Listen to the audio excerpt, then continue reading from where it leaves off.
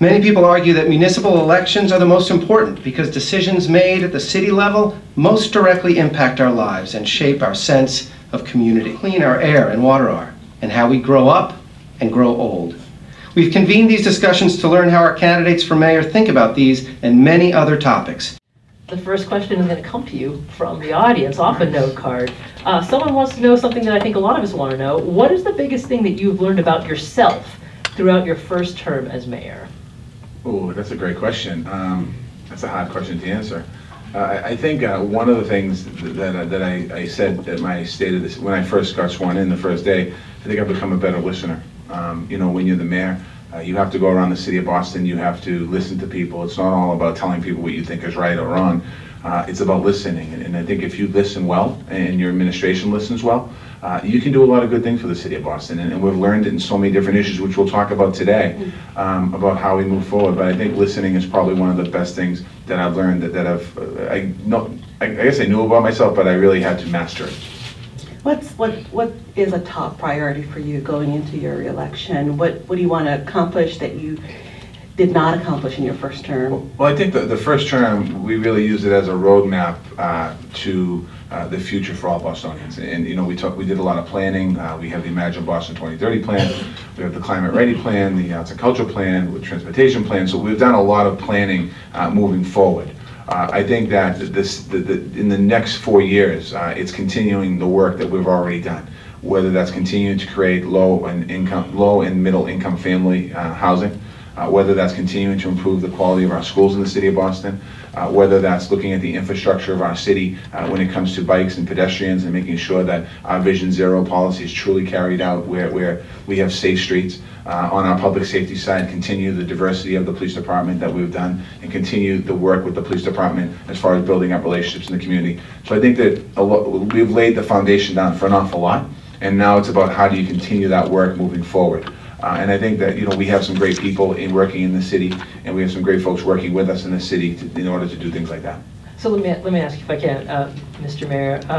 You told the Boston Globe recently that you felt overwhelmed during your first 3 months in office. It's a great quote. You said, "I literally went home every night for the first 3 months and said, oh my God, what have I gotten myself into?" Yeah, okay, so it's a couple years later, so why do you want a second term? Now, let me expand on that. So, so my first 3 months in office, you know, I guess when I say this, I wasn't completely aware of the press inquiries that would come my way, and the tenacity. You've been in the State House, how could you not be aware of that? Yeah, but the tenacity of the press coming my way, you know, that was one thing. The schedule was crazy as well, you know, trying to balance the office with the community, and I couldn't talk to anyone about it. You know, Laurie's here with me today. She spent, you know, 9-10 months of her life going 24 hours for me, and everyone that was close to me was working campaign full time. So I couldn't like let my guard down and say to somebody, you know, this is, I don't know how I'm going to quite, you know, manage this, because everyone and everyone around me was helping me. But, you know, it took a little while. I mean, the first day in office, you know, first day I was there, I had a public safety meeting, which I did have, and we were able to, you know, we had that meeting. And about an hour and a half later, when everyone left, after the swearing in and everyone left, the corporation, one of the lawyers from the Corporation Council came down and said to me, "You have to make a decision if you are a host or surrounding community for the casino." And I'm thinking, well, the casino vote happens in November, it got defeated, why do I have to deal with that? And I never realized that we hadn't moved on Everett, so now I'm in the middle of a casino conversation, and then trying to set up the operation, making sure that we live up to the promises I made with diversity of my team and making sure we bring in the right people. So for the first 3 months, it was very daunting. After 3 months, it became less daunting, and I focused my life, I lived my life a day at a time, and I realized that this is a day at a time for me to do to get this job right, and I feel comfortable. I love the job. In the next 4 years, I'm going to love every day of it, assuming the people of Boston love me and put me back there, so hopefully they do. Mayor Walsh, this is from our audience as well. Is there one thing that you're most proud of in the time you've been in office? Yeah, there's a lot of things I'm proud of. I'm going to throw it in part B, your greatest misstep so far. Okay, part one, part A. I think looking back on my 3.5 years as mayor, there's a gentleman sitting in the crowd here today. His name is Anthony Wheeler. Anthony Wheeler is previously homeless. He's a homeless elder. He was on the streets for 17 years. After we had to close the Long Island Bridge, which was an awful decision that we had to make in the city, we actually looked at our homelessness, the way we deliver homelessness, and we created a system that helped us house homeless vets and then homeless people, chronically homeless folks on the streets for a long time, for decades. We've housed over 1,100 people. In the day I got sworn in as mayor of the city of Boston, there were 1,100 people that are now in a home that were living on streets, under trees, under bridges, in staying warm. And today, we've been able to put a system in place to house 1,100 people. I think is one of the greatest things we can do. We've affected so many people. That's number one. And on top of that, ended chronic veterans homelessness by doing that, and on the pace to ending all chronic homelessness by the year 2018, and we can do that in Boston. We're going to do that in Boston. The greatest misstep, I guess, it's hard to, again, I think there's a lot of things I would like to look at doing differently. I think the misstep. The Olympics? No, that's not a misstep. That's not a misstep. The misstep is the misstep is probably waiting a little too long to bring in a superintendent of schools. John McDonough, who did a great job as interim when I took over, there was an editorial in the Boston Globe that said, keep John McDonough for another year, and I did. I kept him for 2 years. Again, not that John wasn't doing a good job, but Tommy Chang has some great vision for the future of the city, and in his year and a half as superintendent has really done some incredible things. We have more level 1 and level 2 schools right now in the city of Boston than any other period in the history of our city. We have more kids going to school at top level schools, so I just think that 1 year of losing that leadership potentially, as far as a new vision, hurt us a little bit. But we're catching up, and we're going to continue that growth in the second part. The Olympic piece. You talk about the Olympics. That's something I inherited. When I came into the mayor, I was already under the process. The city and state were already in the process of moving forward towards the Olympics. I made it very clear in the Olympic conversation. Boston pulled out of the Olympics. We pulled out of the Olympics because there was a document that the International Olympic Committee wanted me to sign that would say if the Olympic Games didn't happen, or if something were to go wrong, that the city of Boston would be responsible for any shortfall that happened. That would have been a shortfall anywhere from a $2 billion to a $5 billion shortfall. I felt, and I've said it in the very beginning, I felt that was something I could not sign, and I could not mortgage the future of the city away. We have a AAA bond rating in Boston for the last 4 years. I've run a very tight economic ship in the city of Boston. We don't spend money bad, so I'm not going to sign a $5 million note. In saying that, what the Olympic conversation forced us to do is really look at opportunities. And what it did for us is, Whitehead Circle is an opportunity potentially for economic development and future growth in the city of Boston. Harambe Park in Roxbury, where they were going to put the tennis facility, is an opportunity. We're renovating that park now, state-of-the-art renovation is going on there. Our transportation system, which isn't completely controlled by the city of Boston, but we need to partner with the state because we need a reliable transit system that isn't completely reliable 100% today, and we need to continue to work with the state so we come up with a plan to have the T first rate. Mayor, sorry, I just want to jump in because we were going to hold the Olympics till later, but here they are. Because you did recently tell Boston Magazine that if it happened now, you'd still go for it again. What I want to know is, just a minute or two ago, you talked about how the importance of listening in terms of your job as being the leader, the mayor of the city of Boston. But it's exactly that thing that I think a lot of Bostonians who were opposed to Boston 2024 felt that you weren't doing, that you weren't listening to them and their concerns about the economic cost of hosting if the bid had been successful. What do you tell them? They were absolutely right with that. And as mayor of the city of Boston. But they felt that you weren't listening to them and their concerns. But I was listening, because at the end of the day, we didn't go forward. And I think that's very important. But not because of the concern they had about the economic cost if the bid had been successful. That's what they were worried about. They felt that the money would cost Boston too much to host it. It wouldn't have. The way that the plan was written for the 2024 games is very similar to the plan that's being written right now in Los Angeles, California. The difference is Los Angeles has a lot of infrastructure. So I'm hopeful that Los Angeles gets the games, because it's great to bring the games back to the United States. I think what's happened with the Olympic conversation, again, am I going to go for it in 2032? No, we're not going to go for it. What I'm saying is I have bigger things to do here as mayor of the city of Boston. Education is more important, creating more housing is more important, making sure that we deal with climate change is more important, ending homelessness is more important to me. I looked at the Olympics as an opportunity, potentially, for growth in our city. We were looking, let me just finish this. Sorry. We were going to have to create 17,000 units of housing for Olympic Village. 17,000 units of housing. That when the Olympics are over, after 4 weeks, because it's 2 weeks of the Olympics and 2 weeks of Paralympics, we would have had 17,000 units of housing for moderate and for middle and low income residents to be able to go into, buy, and move forward. We would have had to have had an MBTA that's up to speed by the year 2024. It would have given a deadline date for the T to be brought up to speed. That would have had to happen. And as far as Whitehead Circle, that's where they were talking about Olympic Village at that point, and then Harambe Park next to Franklin Fields. All of those would have had millions of dollars of private investment. This isn't public money. This is all private investment that was going to go into these areas. And again, it didn't happen. And I think the people that obsess about it are the press, because they're like, oh, let's talk about the Olympics all the time. And it didn't happen. And in about a week, there's going to be Los Angeles probably and Paris are going to be chosen as the 2024 host and the 2028 host. But going back and then to we can stop talking about the 2024 games in Boston. Mayor Walsh, we were talking about if you had regrets. You took the city through a very divisive, some would say, period over this Olympics, over the cost, over what it would do to communities. Would you really do this again? Let's talk about that, Megan, because I think that the divisiveness that happened during that time, a lot of it was driven by certain not reporting both sides of the fence. And I think there was a lot of people that when those meetings happened for the Olympic conversation, there was more people in the room for the Olympics than against the Olympics. But again, it didn't happen. Let me just back up. I'm going to end it here. I didn't move forward. I listened to the folks that were concerned about the Olympics. I would listen to the folks that were concerned about what would cost the city of Boston. I'd listen to those folks, because at the end of the day, we pulled out of the bid because I wasn't willing to sign a document that stated that the city of Boston would pick up any overrun. Now, that overrun would be in building stadiums, that overrun would have been building infrastructure, that overrun would have been building housing, that overrun would have been if the games were canceled altogether.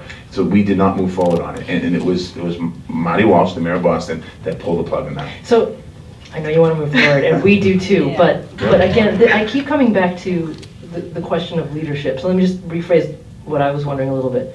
Would you do anything differently if you were to do it again? Oh yeah, see, it was already started prior to me being the mayor. We already. Yeah, but if you were to do it again, how would you do it differently? The first questions I would ask is the financial model, and seeing if the IOC and the USOC were willing to change the financial model of what they were going to do. They put a plan out. When I say they, the United States Olympic Committee and the International Olympic Committee put a plan out to change the financial structure of the games after Russia, because it cost $52 billion or something to build those Olympics.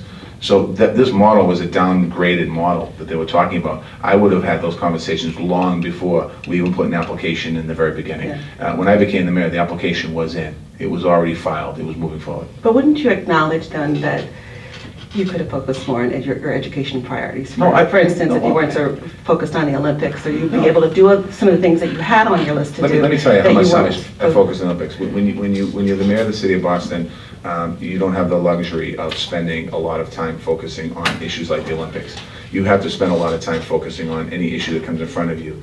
In the course of the day, I spend a lot of time on a lot of different topics, as we'll find out today, what I do. As mayor, you can't focus just on one issue. That's why you bring people in and around you that are experts and smart in those fields so they can move forward. I think as mayor, I don't think the people of Boston want to elect a mayor that's only focused on one item at a time and can only handle one issue at a time. If that's the case, then whoever's running for this job is running for the wrong job. Well, shockingly, there are other issues that possibly we should be talking about here. But I appreciate you engaging on the question of what the process of Boston 2024 meant for you and the city. So let's move to the thing that I think we get continuously the most listener and viewer response to, and that's the question of affordability and housing. Yeah. Lots of conversation and questions about that.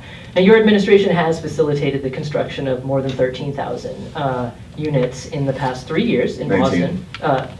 19,000. Okay, 40% of them, your administration says, are affordable. Lots of questions from listeners and viewers online about this. Some of the folks point to developments where they see affordable housing being branded as housing for those earning up to $58,000 to $72,000. And I'm getting a lot of feedback from folks saying that they don't think that's affordable. How do you fix that? And in fact, yesterday in our conversation with City Councilor Tito Jackson, he actually said he thinks it's time for the city to reconsider what it means by affordable. What do you think about that idea? I don't think we have to redefine it. I think we know what affordable is. I think we know that a family that earns $58,000 a year might seem like a decent amount of money on paper, but you can ask any person in this auditorium or young person in this auditorium looking for an apartment. Some of the apartments are going for $25,000 and $3,000 a month, and $58,000 isn't going to give you enough to be able to afford some of those homes. When I came in as mayor of the city of Boston, in 2014, one of the things that we realized working with Sheila Dillon and Chief of Housing was looking at how do we make sure our city stays affordable for folks. We were growing. We had companies wanting to move into the city. We had young people, millennials, wanting to stay in our city. We've had people that went to college here wanting to live in our city. We had baby boomers who were moving back to our city.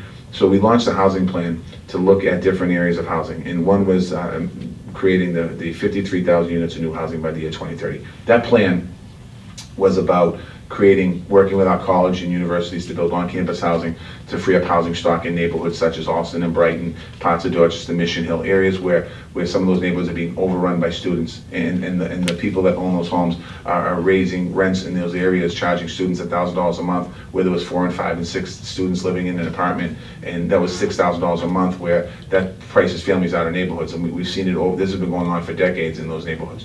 So that was one aspect of our plan. Second aspect of our plan was looking at how do we create more senior housing in the city of Boston. So seniors who live in homes today that might not be able to maintain them anymore, how do we make sure that they have an opportunity to live in a senior apartment building that is affordable for them? And that, again, that frees up additional housing stock in communities. We looked at publicly owned lands and how do we get the land costs down, and we looked at the Department of Neighborhood Development, looked across the street, found 600 parcels of land across the city of Boston that right now we're building 1, 2, and 3 family homes on for first-time home buyers, the most ever in the history of the city. We're looking at some of our other ways of building homes.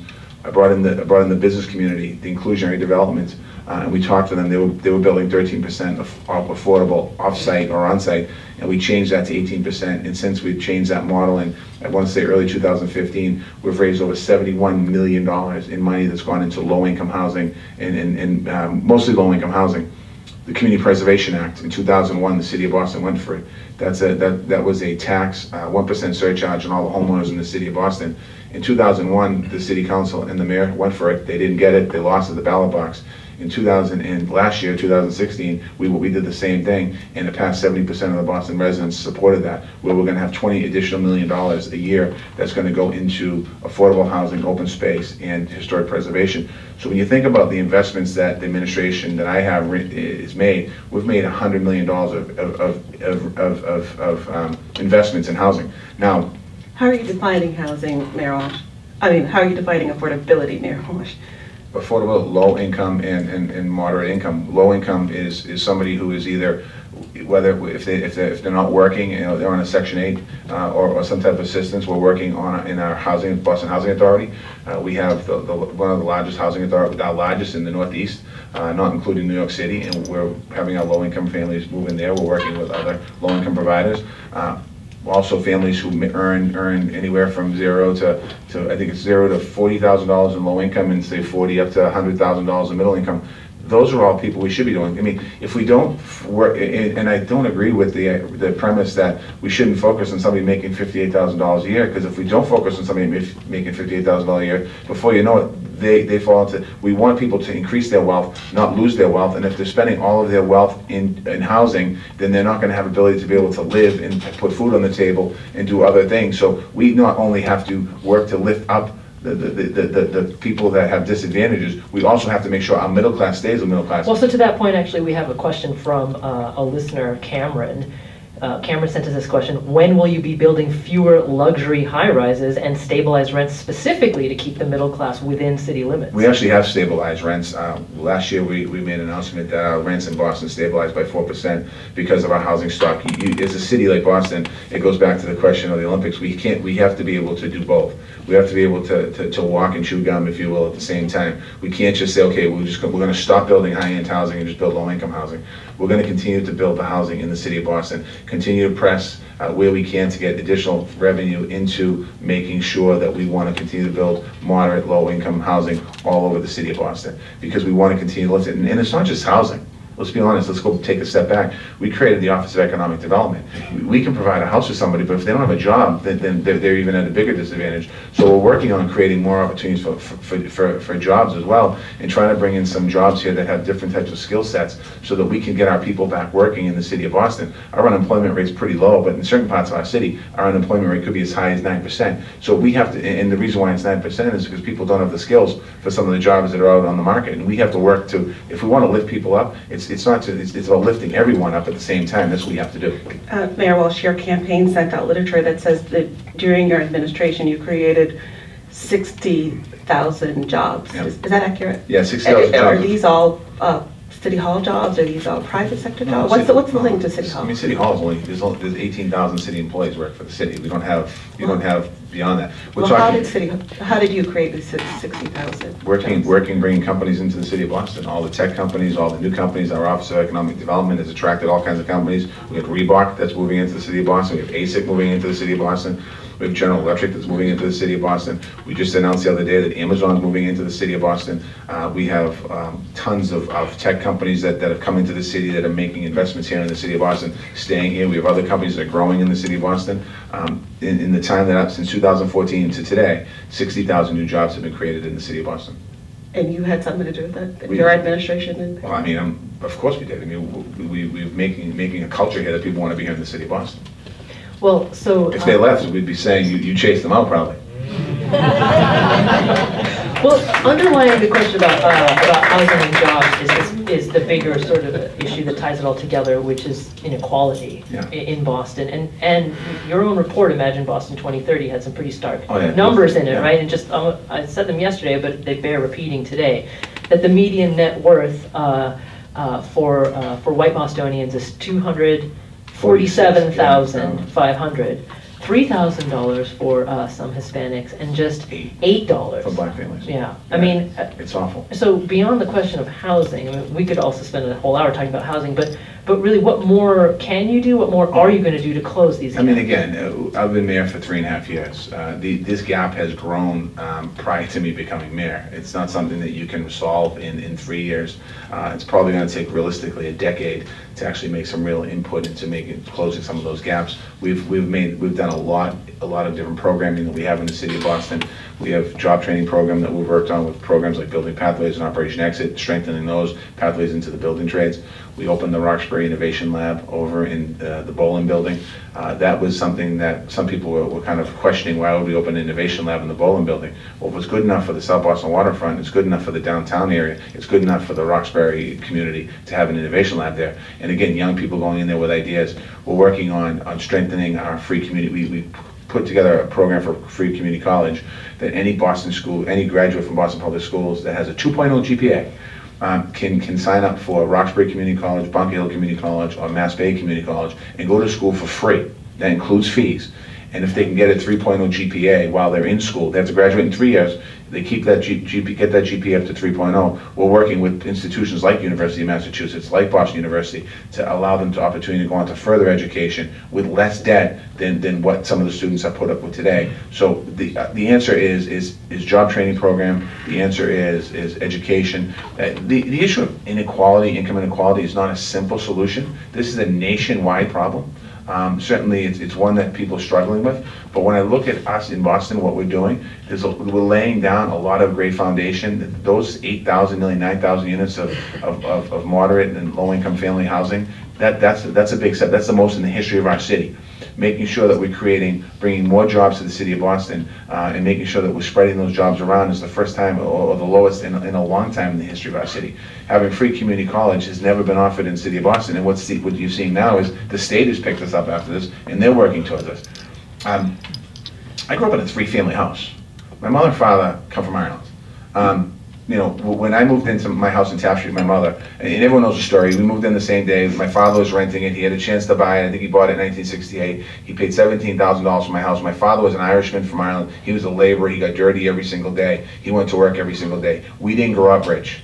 And the difference was that he had an opportunity to go to work every single day. He was able to raise his 2 boys. He was able to put food on the table every single day. We didn't have fancy things, but we had a roof over our head. We have to make sure that what the immigrant population did in this country a long time ago, we have to make sure that we create that opportunity, not just for people coming to this country that are new, but for families, long-standing families. We have families in Roxbury that are 3rd, 4th, 5th, 6th, 7th, 8th generation family that are still struggling. We have to do better than that. And I would argue that my administration over the last 3 years has done more in the last 3 years than a lot has been happening in this city over the last 3 decades. Okay, you talked about that when you were campaigning, about the stark difference here in Boston when you go from Eggleston Square to South Boston. What difference have you seen over the 3 years that you've been mayor in places like Roxbury, in places like Mattapan and parts of Dorchester, which have been struggling economically and with high unemployment and violence and all of that? Well, I think we've seen unemployment numbers go down in those neighborhoods, and I think we've seen the overall violent numbers go down in those neighborhoods. We've seen the numbers of arrests in those neighborhoods go down by 37%. I know that we will talk about violence in a little while, I'm sure, and talk about the spike that we're seeing today. But at the end of the day, in the last 3.5 years of my administration, 37% fewer people have been arrested. So you can just imagine how that's helping us in keeping our numbers down. We're working towards, City Council Ayanna Presley filed before I became the mayor. She filed a liquor license law that allowed us the opportunity to get control of more licenses in Boston. When I became mayor, we were able to pass that legislation as well as take control of the liquor license board. The very first round of licenses that we put out there, unfortunately, we didn't get anybody from Mattapan wanting an open restaurant in Mattapan with a liquor license. We did get a couple in Roxbury that were able to get some licenses over. That's why now we're refiling a piece of legislation that's going to specifically focus in certain areas of the city of Boston to allow to build these restaurants in these restaurants. We're not going to let them go downtown, not going to go to the north end, they're not going to go to Southie, they're not going to come to parts of Dorchester. They're going to be earmarked for areas like Mattapan, Four Corners where you live.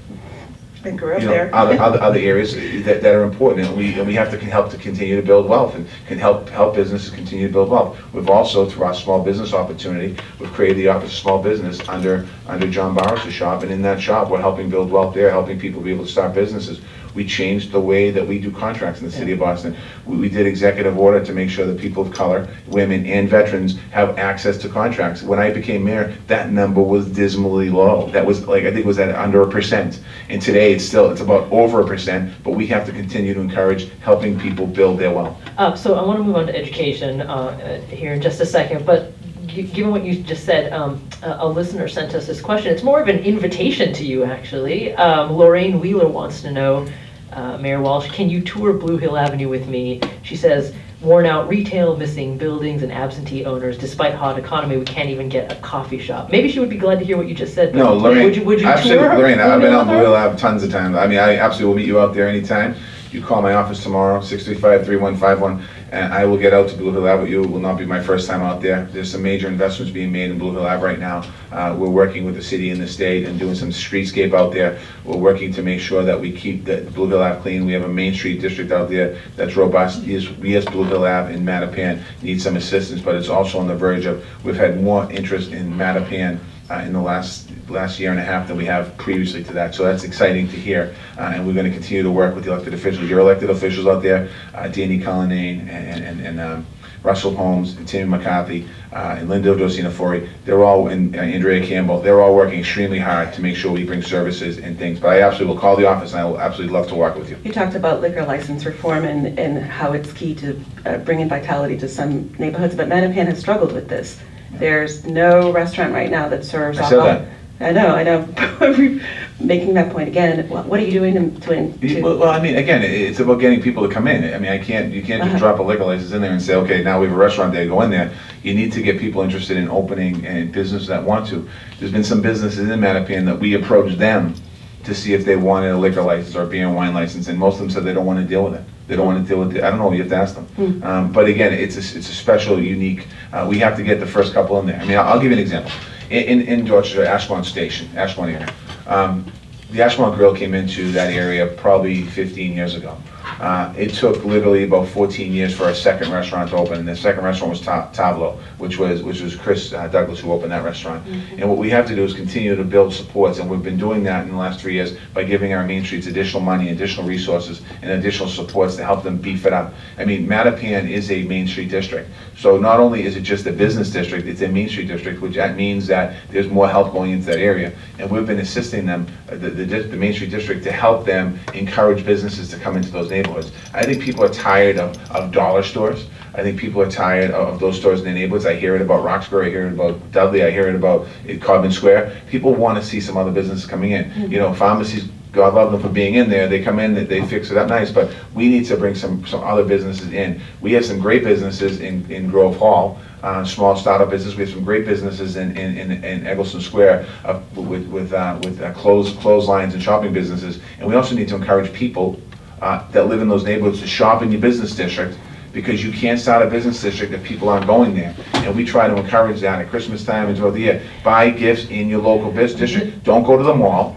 Go to your districts and buy some stuff in there. I don't want to give education short shrift here, because it's such a major issue for Bostonians. And let's just get right to kind of one of the major criticisms that we heard from your rival yesterday, City Councilor Tito Jackson. His basic argument regarding the funding for Boston Public Schools is, he said that when you take into account inflation, schools have actually just been level funded overall, and so that he argues that that means that you haven't necessarily meaningfully increased the budget, and schools don't have the resources they need. What's your response? No, we've increased the budget every single year in the school department since I've been mayor of the city of Boston. Number one. Number two, the schools that have been are receiving less money next year. The reason why they're receiving less money, their enrollment has dropped. Parents' choice, school choice is working in neighborhoods. People have been able to move their kids from what they feel a school that wasn't appropriate for them into a level 1 and level 2 school. But let me back up a little bit here. When I think of education, I think of birth through at least high school, and now college. We have some things. So just real quick, I'll run through it. Working with the Black Philanthropist Funds to make sure there's a program out there so mothers, when they have their children, we give them the tools they need, the education they need to be able to read to their kids, help their kids from age 0 to 4 to 5, so we get them into pre-kindergarten. We're working with the Black Philanthropist. It's not part of the city, they're doing it separately. Working on a program to get into hospitals across the city of Boston, really giving young families the tools they need to help their children. So when their children start pre-kindergarten, they're not starting way behind. They're listening to the same amount of words as an affluent family does. We have a program. Mr. Mayor, actually, let me just jump in here. I take your point about education being from the moment of birth, but I do want to focus on BPS specifically. I'm moving. Yeah, but let me just ask you, because BPS issued a report last fall that said that the district is going to fall short some $20 to $25 million in terms of a budget gap every year if fundamental changes to revenues and expenses aren't fixed. Let me get to that point. If I can get just real quick, I need like 3 minutes. I'll get that. Right? You're gonna have to take less than 3 minutes. No, it needs to be 3 minutes. We can't just brush over education. We put 750 new seats for universal pre-kindergarten inside our school system. We have a bill at the legislature right now that would take funding from the convention center. If we got that bill passed, we'd be able to have universal pre-kindergarten in our city. But the governor is not even is going on board with that plan. I don't know. You have to ask him that. I'm telling you what the plan is. Yeah. We have 125 school buildings in our city. We have 22 different grade configurations. We have 22 different start times. We're all over the place. We launched a plan called Build BPS, $1 billion investment in our schools where parents, teachers, students, in the community is going to talk about what they want to see in the school district, their models, what they want to see moving forward. We were looking right now, we're looking at our transportation costs in the city of Boston. We have when I say 22 different start times, that means that we have 22 different schools start times in our city. So, that's when you see bus go down the street, down the avenue in front of your house, and you see the bus half full or 3 kids on it. The reason why it's half full because there's no other school in that proximity that they can make these work. There's an opportunity for us to, if we can streamline our transportation costs, that money will be reinvested back in the schools. If we can look at the costs that we're putting in all of our schools, all 125 schools, that some places we're replicating services, some places we don't have enough services, and work to deliver a better system, we'll be able to take that money, reinvest in our schools. We're putting money in, we put $143 million into Boston Public Schools over the last 3.5 years. We put $207 million into all education. the $56 million of education that went into charter schools went there because we got reimbursed. We didn't get the full reimbursement from the state, and in order to, we have to pick up the tab for that. So what we're trying to do is work with the state as well. In 2013, they fully reimbursed charter school funding to all districts in the Commonwealth. 2014, they started to cut back on Boston and other places. There's 11 of us getting hit hard. 14, 15, 16, 17, all of those different years we've been given less reimbursement for charter school reimbursement. Because of the way the law is written, we have to pick up the cost. So when you think about education, we're making investments in education, and what we do, we need help. To go back to your point about the governor and the legislature, this is something that they should be doing. We're talking about pre-kindergarten. If it's good enough for New York City, it should be good enough for Boston, Massachusetts. And this money, it's sitting there in a pot over there collecting money. There's no expansion of the convention center. I'd like to see that money come back to the city of Boston so that we can invest in our kids. If people want us to continue to be the tech capital of America, Boston, Massachusetts, we have to make sure that our children are prepared for that. And it can't be just Marty Walsh, the mayor of Boston. It has to be all of the folks. And one last thing I'll say about education funding. I've been lobbying at the State House for the last 4 years for additional revenue, and I've seen maybe 1 or 2 other elected officials lobbying with me. So if elected officials are concerned about education money, go with me to the State House next time and advocate on behalf of the kids of Roxbury, Dorchester, Mattapan, Hyde Park, Boston, all over the city of Boston. Mayor Walsh, when you campaigned in 2013, you said you wanted to make every school in Boston a quality school. Yes. How close are you to accomplishing that goal, or is there a long way to go? Where are you on No, this? I think, you know, our graduation rate's the highest it's ever been in the city of Boston.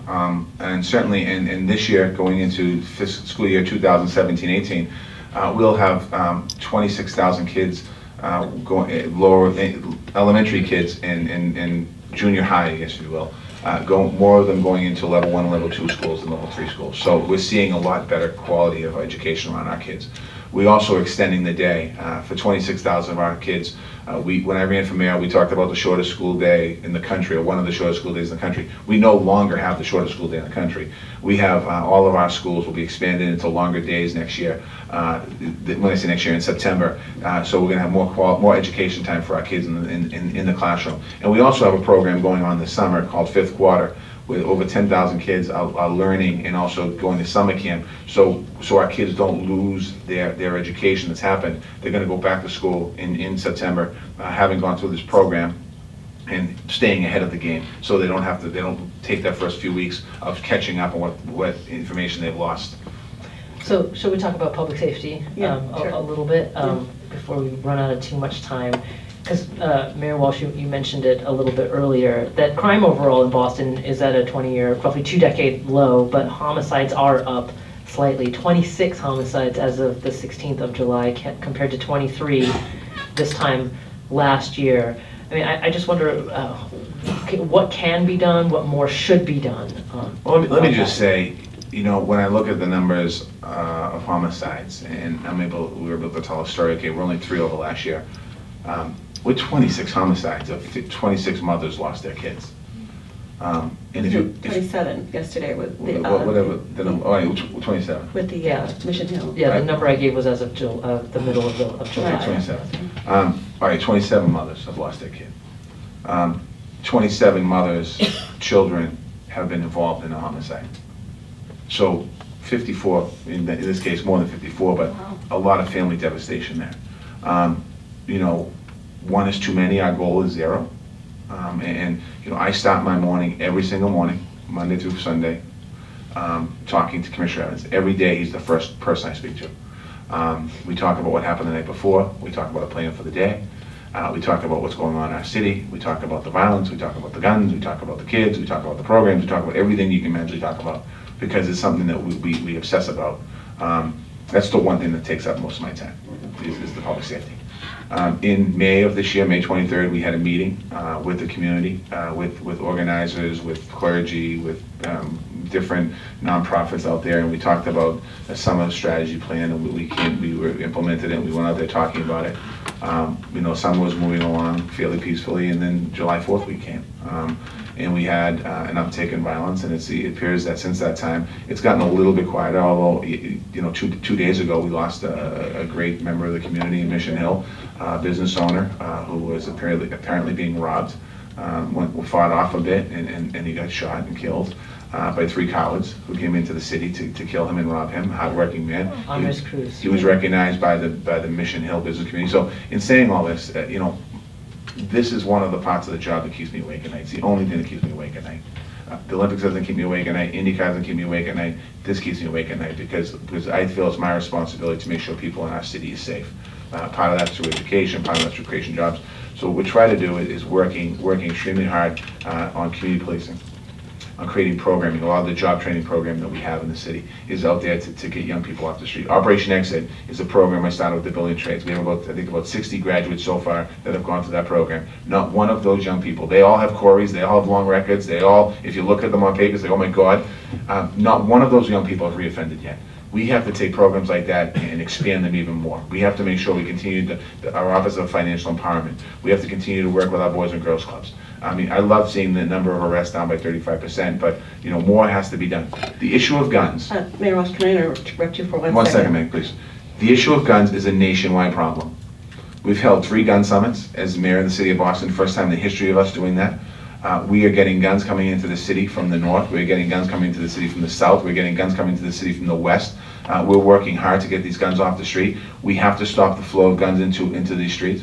You have a Congress that's ineffective to work on these. You have a congressman that was shot, nearly killed in Washington, D.C. a couple weeks ago. Another congressman was on the field. They asked him about gun control. One of his colleagues was nearly killed, and his comment was, well, we can't really mess around with the First Amendment.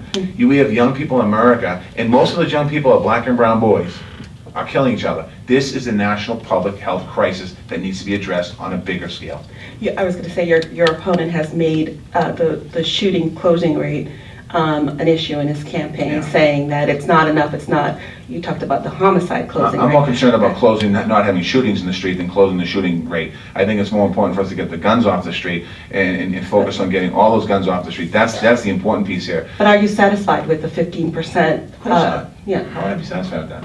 No, I mean, who in their right mind would be satisfied with that? Nobody is. I'm not satisfied that we don't have a 100% clearance rate on homicide. One of the candidates that was running for mayor of Boston, that she didn't get her signatures, Mary Franklin, has spent her entire life fighting for justice for the killer who killed her husband. You and I know that. And I mean, I would love to be able to get the person who killed her husband and be able to give Mary Franklin a little bit of peace. It's not going to take her husband back, but these mothers and fathers that have lost their loved ones, not knowing who killed them, that certainly doesn't make me happy at all. Well, how do you fix that? What can be done? It's a hard issue to fix. I mean, it has to be a comprehensive plan, and quite honestly, we need help from everybody, and that's something that we're going to continue to reach out on. But again, it comes down to taking guns off the street.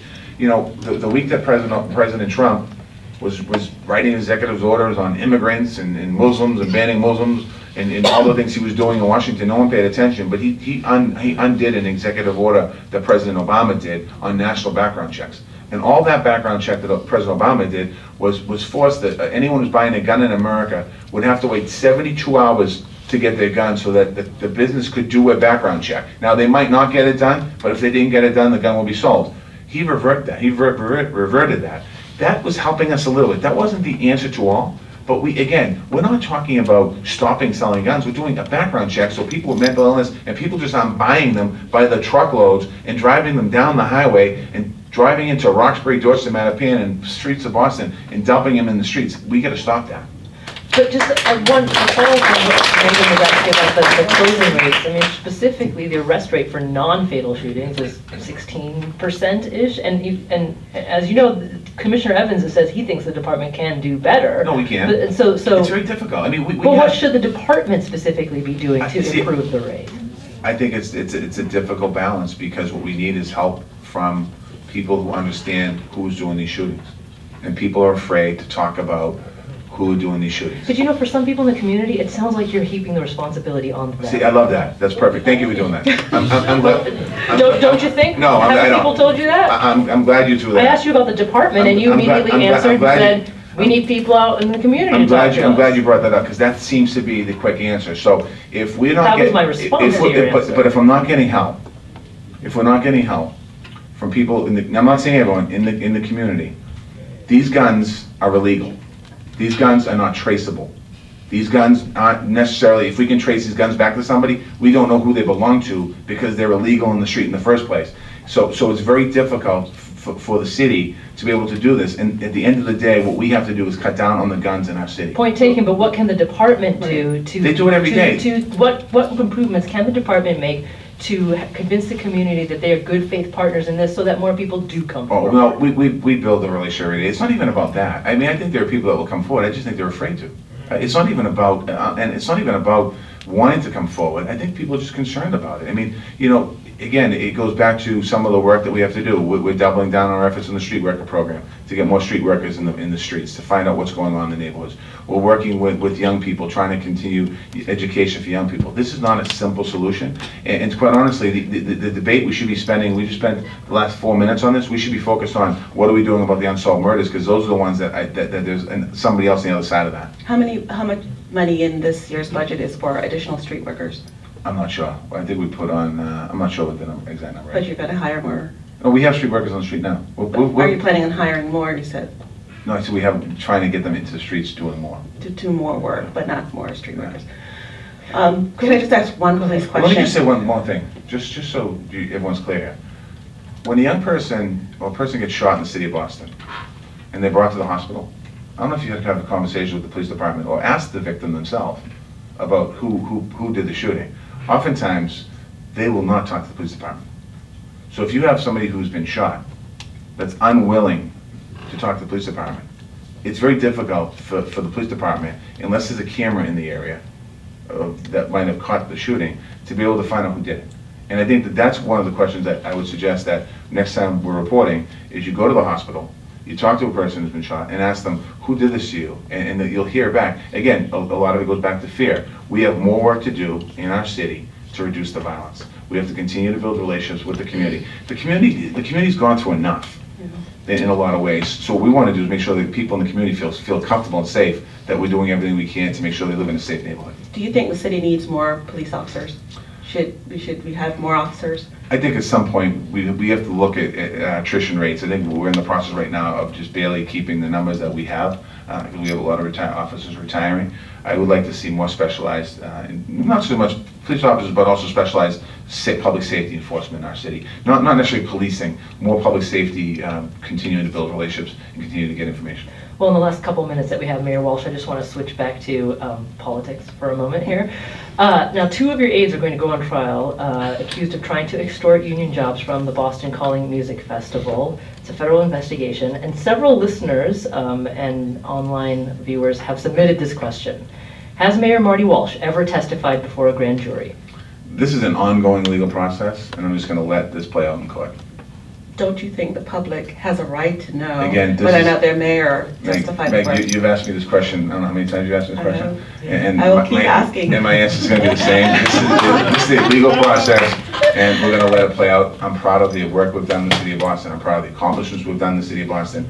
And I'm going to let this is a sad situation, but I'm going to let it play out in court. Okay, so we'll keep asking. Now, City Councilor Tito Jackson, as you remember, he endorsed you when you first ran for mayor. I wish he was endorsing me this time. Are you surprised that he's challenging you? Nothing really surprised me in politics anymore.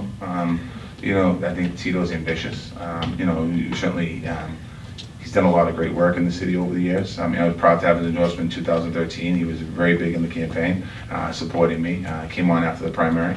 But you know, I can't fault anyone. It's the greatest job in the world. I mean, anyone who wants to be mayor of the city of Boston, you should go for it. And it's a great job. I love it. You can do so much good. You can help so many people. And I think that, you know, I think having opposition is good as well. I think it keeps you fresh. It keeps you on top of things. It forces you to look at issues like clearance rates. And how you would make sure we work better to have clearance rates. It forces you to look at issues around education and how you'd strengthen the education system. It forces me to look at issues around you know, climate change. We didn't talk about climate change today, but you know, Washington pulled out of climate change. We're not. Boston's doubling down on our efforts. Well, in fact, I'm looking at the clock here, and that is all the time that we have for today. So we'll see what happens this fall. Mayor Marty Walsh, thank you so much for joining us for this conversation. Oh, this is great. Thank you, Mayor Walsh. And I want to thank all the people here today and the people listening at home. I hope you liked what you heard. But whether you did or didn't, just do me a favor, go out and vote in September, go out and vote in November, be part of the process. It's important for us as Americans, as Bostonians, that we vote. Well, I also want to say thanks to Meghna Irons, my colleague here, City Hall, Thank you for having me again. for the Boston Globe. Also thanks to our co-sponsors, the McCormack Graduate School at UMass Boston, NBC Boston, NECN, and Telemundo Boston. Thank you to our audience online, on the air, and in the library here at UMass Boston. Thank you, Joe. Thank you.